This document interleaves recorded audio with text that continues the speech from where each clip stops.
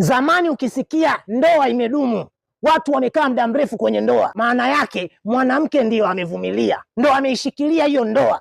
Ila siku hizi ukiona ndoa imedumu muda mrefu, ni mwanaume ndo amevumilia, ndio mwanaume anaitaka hiyo ndoa na sio mwanamke. Kuna awali mwanamke halijui hata kwa nini limeolewa, wewe ndo unaanza kuwa kama mzazi wake, unaanza kulifundisha. Yaani umetoa mahari, umetoa hela sijui ya harusi, umetoa sijui hela ya nini, vyote umetoa, na bado tena utoe elimu juu ya yule mwanamke, namna ya kuishi na wewe. Mama zao hawana muda wa kuwafundisha watoto wao, akai hata na mtoto wake kumwelekeza, kesho na kesho kutwa utaolewa.